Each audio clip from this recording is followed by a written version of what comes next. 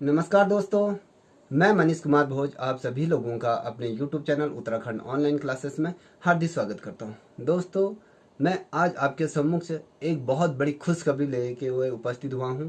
ये खुशखबरी उन तमाम युवा बेरोजगार साथियों के लिए है या भाई बहनों के लिए है जो लंबे समय से किसी विज्ञापन की इंतजार में बैठे हुए थे, नौकरी की आस में बैठे थे। आज उत्तराखंड सरकार द्वारा जो अधीनस्थ सेवा चयन आयोग बोर्ड है उसके माध्यम से आज 213 पदों पर विज्ञप्ति प्रकाशित हुई है। ये 213 पद किस चीज़ के लिए है आइए हम जानते हैं। दोस्तों, इस वीडियो को अंत तक देखें। यदि आप लोगों को ये वीडियो पसंद आए तो प्लीज़ इसे लाइक शेयर कमेंट अवश्य करें और अपने सुझाव भी कमेंट बॉक्स में अवश्य दें। दोस्तों, जो ये वैकेंसीज निकली हैं ये कारागार विभाग के अंतर्गत ये वैकेंसीज निकली हैं, जिसके अंतर्गत आपको देखने को मिलेगा पुरुष वर्ग के अंतर्गत जो पुरुष बंदी रक्षक के तौर पर 200 पद उसके लिए निकले हैं और जो 13 पद निकली हैं वो महिलाओं के लिए निकली है। बंदी रक्षक के तौर पर 13 पद महिलाओं को इस विज्ञापन के अंतर्गत 13 पद महिलाओं को जाती हैं और 200 पद उन तमाम भाइयों के लिए जो किसी भर्ती के लिए आस में बैठे थे, जो एज ओवर होने के कगार में थे, उनके लिए ये सुनहरा मौका है। दोस्तों, 200 पद पुरुष वर्ग के अंतर्गत बंदी रक्षक के लिए आए हुए हैं। आइए देखते हैं क्या कुछ है इस विज्ञापन के अंतर्गत। दोस्तों, आज दिनांक 28 जून 2021 को उत्तराखंड अधीनस्थ सेवा चयन आयोग द्वारा ये विज्ञापन प्रकाशित किया हुआ है, जिसके अंतर्गत टोटल जो पद निकले हैं वो 213 पदों पर ये आवेदन मांगा गया है। दोस्तों, ये विज्ञापन की तिथि आज की तिथि में ये विज्ञापन निकला हुआ है। जो ऑनलाइन इसको जो भरने की जो तिथि है वो 1/7/2021 से ये प्रारंभ हो जाएंगे और जो ऑनलाइन की जो अंतिम तिथि रहेगी वो 14/8/2021 इसकी अंतिम तिथि रहेगी। दोस्तों, इसकी जो परीक्षा जो लिखित परीक्षा की जो डेट दी हुई है, जो प्रस्तावित है अभी, ये है दिसंबर माह में ये परीक्षा हो जानी है। दोस्तों, अब जानते हैं इस पूरे जो विज्ञप्ति निकली है इसके बारे में विस्तार पूर्वक चर्चा करते हैं क्या कुछ है इस भर्ती परीक्षा के अंतर्गत। दोस्तों, यदि मैं बात करूं पुरुष वर्ग के अंतर्गत तो उसके अंतर्गत जो 200 पद निकली हैं जो वैकेंसीज, उसमें अलग अलग कैटेगरी वाइज इसको डिवाइडेड कर दिया गया है। यदि मैं बात करूं ये जो कैटेगरी वाइज जो डिवाइडेड किया गया है, ये अनुसूचित जाति के अंतर्गत 38 पद और अनुसूचित जनजाति के अंतर्गत 8 पद और अनुसूचित पिछड़ा जाति के अंतर्गत ये 28 पद इसके अंतर्गत दिए हुए हैं और आर्थिक कमजोर वर्ग के लिए ये 20 पद इसके अंतर्गत दिए गए हैं और सामान्य वर्ग के अंतर्गत 106 पदों पे ये वैकेंसीज होनी है। जो टोटल पदों का जो समावेश योग बनता है वो 200 बनता है। ठीक है, अब बात करते हैं इसका जो वेतन मान आपको किस प्रकार से इसके अंतर्गत जो वेतन मान दिया जाएगा। दोस्तों, इसका जो लेवल है वो लेवल 2 की ये परीक्षा है और जिसके अंतर्गत आपको 19,900 से 63,200 तक का इसके अंतर्गत आपको वेतन मिलेगा। यदि मैं बात करूं जो बहुत महत्वपूर्ण है, इससे पूर्व जो पटवारी और लेखपाल की जो भर्ती निकली थी उसमें कई बच्चों के मन में ये रोष है कि इसकी जो वैकेंसी की जो वैकेंसी निकली उसमें जो आयु सीमा है वो बहुत कम है, जिसमें और अभ्यर्थी उसमें पार्टिसिपेट नहीं करते हैं। कोरोना काल की वजह से इसे बढ़ाना चाहिए, क्योंकि जिस प्रकार से कोरोना काल में सभी बच्चे वेट कर रहे थे भर्ती परीक्षा के लिए, वो इस चीज़ से वंचित हो चुके हैं। तो सरकार के सम्मुख से प्रस्ताव भेजा है कि इसकी डेट को बढ़ाया जाए। दोस्तों, यदि मैं बात करूँ इसकी जो आयु सीमा है, उसकी आयु सीमा 21 से 35 वर्ष की ये आयु सीमा है। 21 से 35 वर्ष के जो बच्चे हैं उसको ये अप्लाई कर सकते हैं और ये अस्थायी पेंशन युक्त क्या है ये पोस्ट है। यदि मैं बात करूं इसकी शैक्षिक योग्यता की तरफ बढ़ते हैं, जो बहुत महत्वपूर्ण बिंदु है। दोस्तों, इस पद को जो भरने योग्य कौन कौन से अभ्यर्थी हैं, इस पद को कौन कौन से लोग भर सकते हैं। यदि मैं बात करूं जिन्होंने इंटर की परीक्षा पास कर ली है या उसके समकक्षा उत्तीर्ण की है, उनके लिए ये सुनहरा मौका। जितने भी इंटर के छात्र छात्राएं हैं उनके लिए बहुत गोल्डन चांस आपके सम्मुख से सरकार ने दिया है। यहाँ पर आप पास आउट होते ही आप क्या कर सकते हैं, एक नौकरी को प्राप्त कर सकते हैं। जिन छात्रों की बारे यदि मैं बात करूं जो अभी इंटर में पास आउट होने जा रहे हैं, उनका जो रिजल्ट है वो जुलाई तक आ जाएगा, वो भी इस फॉर्म को फिलअप कर सकते हैं। दोस्तों, वो भी आप लोग भी इसकी तैयारी कीजिए, इसको फॉर्म भर सकते हैं। और इसमें यदि मान लीजिए इस भर्ती परीक्षा के अंतर्गत आपको क्या होगा, दो चीज़ों में इसको देखना होगा। एक तो आपको लिखित परीक्षा होगी, एक इसमें शारीरिक मापदंड होगा, ठीक है, जिसमें शारीरिक मापदंड के अंतर्गत, जिसमें आगे आपको बताऊंगा विस्तारपुर से, पहले हम इसकी योग्यता के बारे में बात करते हैं। दोस्तों, जितने भी इंटर के जो छात्र छात्राएं हैं वो प्लीज़ इस फॉर्म को फिलअप करें और मेहनत करें, और अपनी छोटी सी जो एज में यदि आप नौकरी को प्राप्त कर लेते हैं तो आगे बहुत आगे जाओगे। दोस्तों, अब मैं बात करता हूं इसकी जो दूसरी प्रकार से इसे कंडक्ट किया जाएगा। देखिए, इस परीक्षा को 2 मोड में आयोजित किया जाएगा। पहला मोड है आपका लिखित परीक्षा, या फिर इसके बाद शारीरिक परीक्षा होगी, ठीक है। अब जो मैं बात करता हूँ शारीरिक परीक्षा पुरुष वर्ग के लिए, सिर्फ पुरुष वर्ग की मैं बात कर रहा हूँ। इसके अंतर्गत आपको, पुरुष वर्ग के अंतर्गत आपको देखा जाएगा, इसमें 165 सेंटीमीटर आपकी हाइट होनी चाहिए। जो पर्वतीय जो क्षेत्र के जो अभ्यर्थी हैं उनको 5.5 का इसमें क्या होगा, एक ऊंचाई में थोड़ा छूट मिलेगी। इसके लिए क्या होगा, आपको एक पर्वतीय प्रमाण पत्र बनाना होगा, जो आपको तहसीलदार के वहाँ से आपको बन जाएगा। और इसकी जो ऊंचाई है, देखिए 60 सेंटीमीटर, ये पहाड़ी अभ्यर्थियों के जो हैं, जो पहाड़ी क्षेत्र के अभ्यर्थी हैं उनके लिए 160 सेंटीमीटर होगी। अगर हम प्लेन्स की जो मैदानी क्षेत्र में जितने भी बच्चे रहते हैं, जैसे उधम सिंह नगर, हरिद्वार, देहरादून, ये नैनीताल जनपद, यहाँ के लोगों को क्या होगा, ये 165 सेंटीमीटर इनकी जो ऊंचाई ली जाएगी, और जो पर्वतीय क्षेत्र के अंतर्गत जो रहते हैं वो 160 सेंटीमीटर होंगे, ठीक है। अब यदि मैं बात करूँ जो अनुसूचित जाति के जो बच्चे हैं उनके लिए इसमें छूट है। अब उनके लिए 157.5 सेंटीमीटर इसमें क्या है, ऊंचाई दी गई है। इससे कम नहीं होनी चाहिए, इतना ध्यान रख लीजिए। जो इसकी ऊंचाई है 165 होनी चाहिए, और जो मैदानी क्षेत्र के और पर्वतीय जो क्षेत्र के बच्चे हैं उनको 160 सेंटीमीटर की इसकी ऊंचाई लिया गया। और इसका जो वजन होना चाहिए, इस भर्ती के लिए जो क्वालिफाई होना चाहिए आपको, इसमें आपका जो वजन लिया गया है ये 55 किलोग्राम आपका वजन होना आवश्यक है। ये सिर्फ पुरुष अभ्यर्थियों के बारे में बात कर रहा हूँ, इसके बाद मैं महिला अभ्यर्थियों के बारे में बात करूंगा। पुरुष अभ्यर्थी के लिए ये होना चाहिए। और इसमें क्या है, फिर इसमें सीने की माप है, जिसमें सीने को फुलाना है, वो 83.8 सेंटीमीटर इसमें इसकी आपकी क्या होनी चाहिए, फुलाई होना है। जो फूल के जो सीना जो फुलाते हैं, ये आपको 83.8 सेंटीमीटर आपकी ये फुला के होनी चाहिए। यदि मैं बात करूं बिना फुलाए, आपकी जो चेस्ट की जो माप होनी चाहिए वो 78.8 सेंटीमीटर आपकी क्या होनी चाहिए, ये नाप होनी चाहिए सीने की। तभी जाके आप इस भर्ती परीक्षा को पास कर पाओगे। यदि मान लीजिए आप रिटर्न क्वालिफाई कर लेते हो, उसके बाद जब शारीरिक मापदंड जो होता है, यदि इसमें आप दक्षता में यदि आप खड़े नहीं उतरे तो आप बाहर हो जाओगे, ठीक है।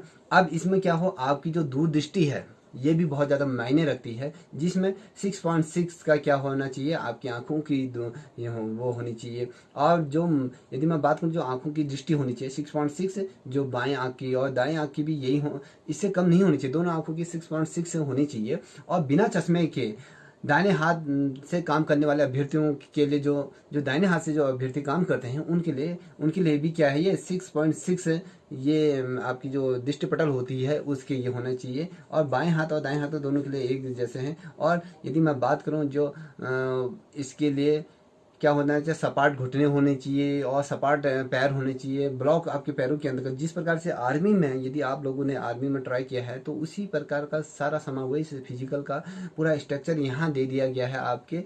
और ये चीज़ आपके पास होनी चाहिए, आप इसके लिए तैयार रहिएगा, ठीक है। अब बात करते हैं इसमें जो शारीरिक दक्षता है, ठीक है।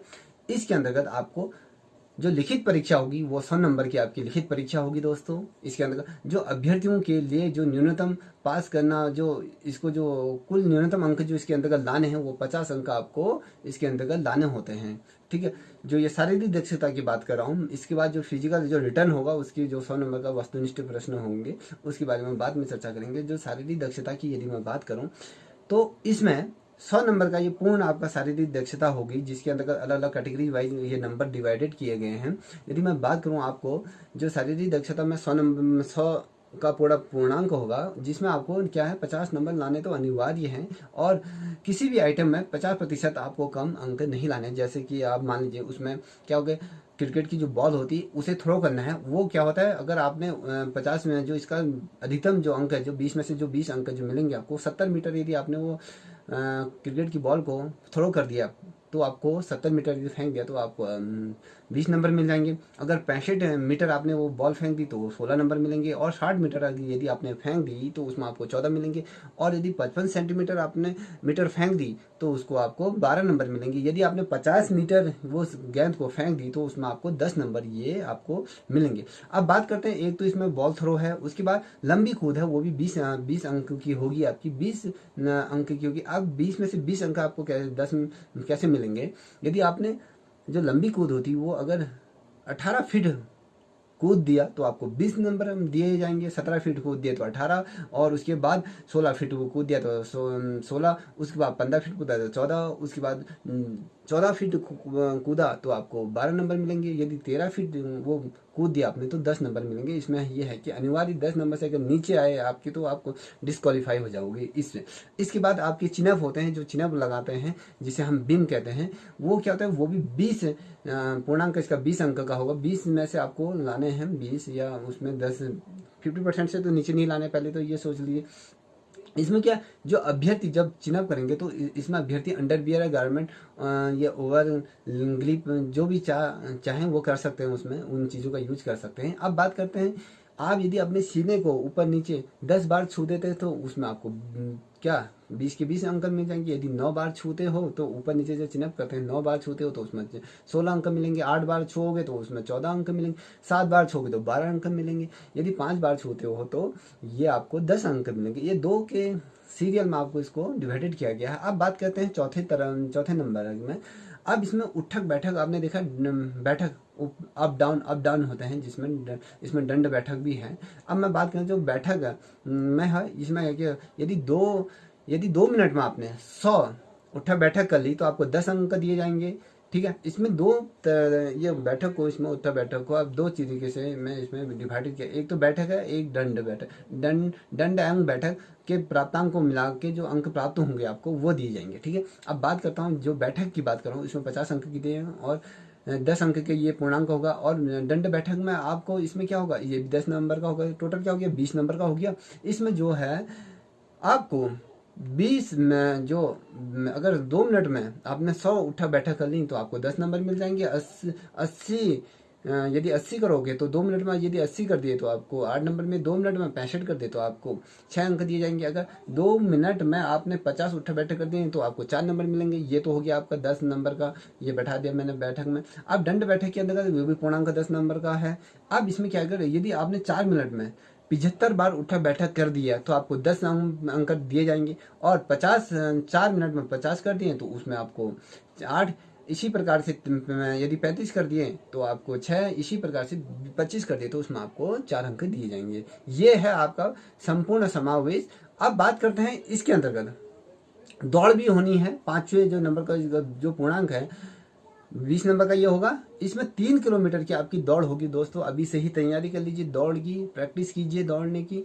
आपको देखो 3 किलोमीटर की दौड़ है, वो आपको अलग अलग 20 मिनट तक का ये सफ़र रहेगा दौड़ का। इसमें आपको क्या करना है, यदि 10 मिनट में आपने ये 3 किलोमीटर की दौड़ यदि कंप्लीट कर ली तो आपको 20 अंक दिए जाएंगे। यदि 12 मिनट में ये दौड़ को आपने समाप्त कर लिया 3 किलोमीटर की तो 18 अंक। यदि 14 मिनट में समाप्त करते हो तो 16। यदि 16 मिनट में करते हो तो 14 अंक दिए जाएंगे। यदि 18 मिनट में करते हो तो 12 अंक दिए जाएंगे। यदि 20 मिनट में करते हो तो 10 अंक आपको दिए जाएंगे। ये आपका इस प्रकार से ये शेड्यूल है। ये तो था क्या आपका पुरुष अभ्यर्थियों के लिए किस प्रकार से इनको डिवाइडेड किया गया था। ठीक है, अब बात करते हैं महिला अभ्यर्थियों के लिए। देखिए जितनी भी बहनें हैं जो अभी इंटर पास कर चुकी और जो इस भर्ती के लिए जो तैयारी करेंगे, विशेष तौर पे ये इस वीडियो को अवश्य देखें और यदि पसंद आए तो इसे लाइक शेयर सब्सक्राइब अवश्य करें। अब महिला अभ्यर्थियों की बात करूं, जो महिला बंदी रक्षक की यदि मैं बात करूं, उनकी जो पदों का विवरण इस प्रकार से है। टोटल 13 पद आपको इसके अंतर्गत देखने को मिलेंगे और जिसमें अलग अलग कैटेगरी वाइज अनुसूचित जाति के लिए इसमें 2 पद दिए गए हैं, अनुसूचित जनजाति के लिए इसमें 1 पद दिया गया है, अनुसूचित पिछड़ा वर्ग के लिए इसमें 2 पद दिए गए, और जो आर्थिक रूप से जो कमजोर वर्ग है उसके लिए 1 पद, और सामान्य के लिए इसके अंतर्गत 7 पद दिए गए हैं। टोटल आपके इसमें 13 पद आपके इसके अंतर्गत दिए गए हैं दोस्तों।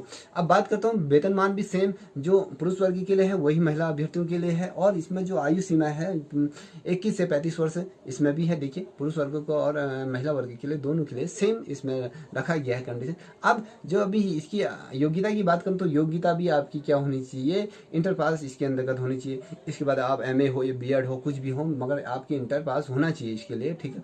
अब यदि मैं बात करूँ, आपने यदि इस परीक्षा को पास कर लिया, मान लीजिए 2 अभ्यर्थियों के सेम अंक प्राप्त होगी, तो उसमें जिसकी एज ज़्यादा होगी उसको नियुक्ति दी जाएगी, ठीक है। अब शारीरिक दक्षता के अंतर्गत यदि मैं बात करूँ महिलाओं को, जो पर्वतीय महिलाओं को छोड़कर, पर्वतीय महिलाओं को छोड़कर इसमें जो सामान्य पिछड़ा वर्ग के जो अभ्यर्थी हैं उनकी जो हाइट होनी चाहिए, ऊंचाई होनी चाहिए, वो 52 सेंटीमीटर होनी चाहिए, और पर्वतीय क्षेत्र में जो अनुसूचित जनजाति और अनुसूचित जनजाति अभ्यर्थियों की ऊंचाई 147 सेंटीमीटर इसमें होनी चाहिए, इससे कम नहीं होनी चाहिए। अब इसका जो वजन की यदि मैं बात करूँ बहनों, इसमें जो वजन की बात कर रहा हूँ, ये 45 किलोग्राम आपका वजन होना चाहिए। अभी से खाना खाइए, अपनी डाइट बढ़ाइए, सुबह शाम वर्कआउट कीजिए, इससे आपका वजन बढ़ जाएगा। अब बात करते हैं जो इसमें आँखों की जो दृष्टिपट की यदि मैं बात करूं तो इसमें आपकी जो आँखों की जो दृष्टिपट होनी चाहिए वो 6.6 होनी चाहिए। 6 ठीक, वो दाहिनी आँख का भी होनी, बाईं आँख का भी होनी चाहिए। और जो बिना चश्मे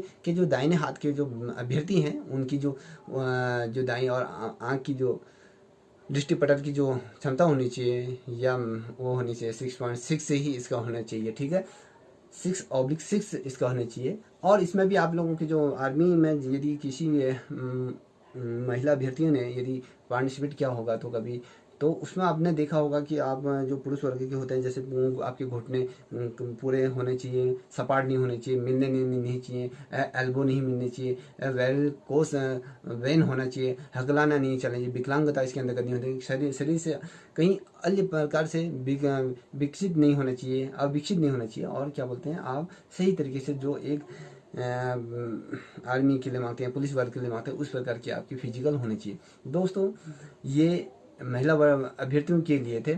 अब इसमें आपके कहीं पर जो दोष मुक्त नहीं होना चाहिए, शरीर में ऐसे कोई दोष नहीं होना चाहिए जिससे कि आपके जो कर्तव्य और जो इत्यादि चीज़ों में उसमें बाधा बन सके, या ऐसी के लिए वो नहीं होने चाहिए, ठीक है।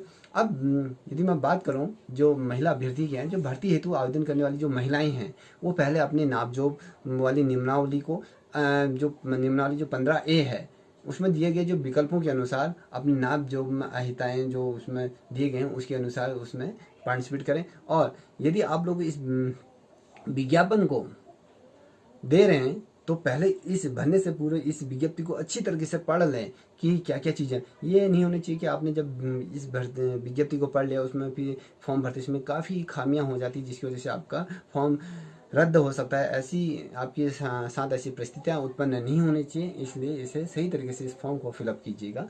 अब बात करते हैं महिला अभ्यर्थियों की जो शारीरिक दक्षता की यदि मैं बात करूं उसमें जो चिन्ह होते हैं, बिंब होते हैं जो महिला अभ्यर्थियों के लिए, वो आपके पूर्णांक जो है ये 50 नंबर का है। जैसे पुरुष अभ्यर्थियों के लिए 20 नंबर का था, 10 नंबर का था। उसमें इसके विपरीत क्या है, जब चिन्ह करेंगे जो महिलाएं उसमें ये 50 अंक का वो होगा जिसके अंतर्गत ये ग्रीक ओवर ग्रीप या चाहे कुछ भी वो पहन के आ सकते हैं जो उसमें जिनको उनको कंफर्टेबल लगता है। अब बात कर दूँ जो इनकी जो चिन्ह है, यदि वो 8 बार ऊपर नीचे छू लेती हैं, चिनअप कर लेती हैं, 8 बार चिनअप कर लेती हैं तो उनको 50 अंक दिए जाएंगे। यदि 7 बार चिनअप करती हैं तो उसे 40 अंक दिए जाएंगे। यदि 6 बार करती हैं तो उसे 30 अंक दिए जाएंगे। यदि वो 5 बार चिनअप कर लेती हैं तो 25 अंक उनको दिए जाएंगे महिला अभ्यर्थियों के लिए खास तौर से। अब बात करते हैं हम दौड़ की। जो दौड़ है जैसे पुरुष अभ्यर्थी के लिए इसमें 3 किलोमीटर की थी तो महिला अभ्यर्थियों के लिए इसमें 2 किलोमीटर की दौड़ सम्मिलित है जो 50 अंक की होगी। यदि आपने उस दौड़ को 10 मिनट में कंप्लीट कर लिया तो आपको 50 अंक पूरे के पूरे दिए जाएंगे। यदि 12 मिनट में कर दिए तो उसे 30 अंक। यदि 14 मिनट में करे तो आपको 30 अंक दिए जाएंगे, 12 मिनट में 40 और 15 मिनट में यदि आप इस दौड़ को कंप्लीट करती हो तो इसमें 25 अंक आपको दिए जाएंगे। ठीक है, ये तो थे आपके क्या है ये शारीरिक दक्षता की बात करूं, अब पुरुष अभ्यर्थी और महिला अभ्यर्थी से ध्यान से सुने, इन दोनों के लिए है। अब देखिए इसका जो लिखित परीक्षा होगी, इसका जो पाठ्यक्रम रहेगा, उसके अंतर्गत आपको 100 अंक का ये परीक्षा होगी, वस्तुनिष्ठ प्रकार की होगी, जिसमें आपको क्या होगी 2 घंटे का समय दिया जाएगा।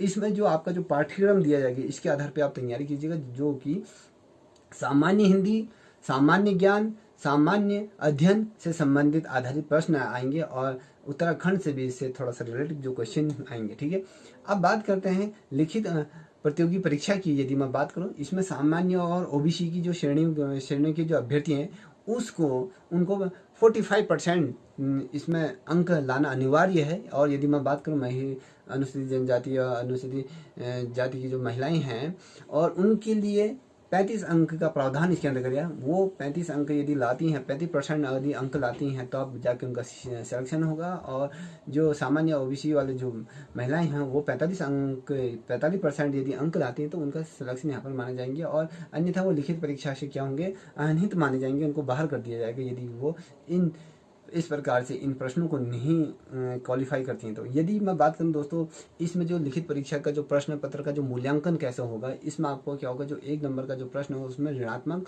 अंक दिए जाएंगे।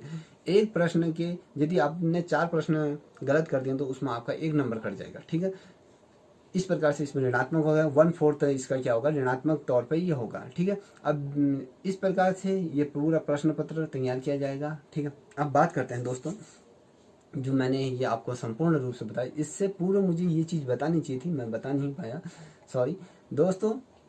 जो ये बंदी रक्षक, पहले तो आपके माइंड में ये आएगा कि बंदी रक्षक होता क्या है, और महिला बंदी रक्षक, पुरुष बंदी रक्षक होता है। दोस्तों, जितने भी कारावास हैं उत्तराखंड के अंदर, या मैं बात करूँ पूरे इंडिया के अंदर, उनमें अलग अलग पदों पर वैकेंसीज होती हैं, भर्तियां निकलती हैं, जिसमें आपको वहाँ पर जो कैदी हैं उनकी सेल की आपकी चौकीदारी के लिए रख देंगे, या वहाँ पर जो गेट हैं, गेटों पे या अन्य बहुत ढेर सारे ऐसे काम होते हैं, वहाँ पर आपको ये तैनात किया जाता है। मेन उद्देश्य ये है कि बंदी रक्षा, मतलब आपको ये समझ में आ गया, बंदी का मतलब कोई व्यक्ति बंद है, उसकी रक्षा करना, उसकी रक्षक करना।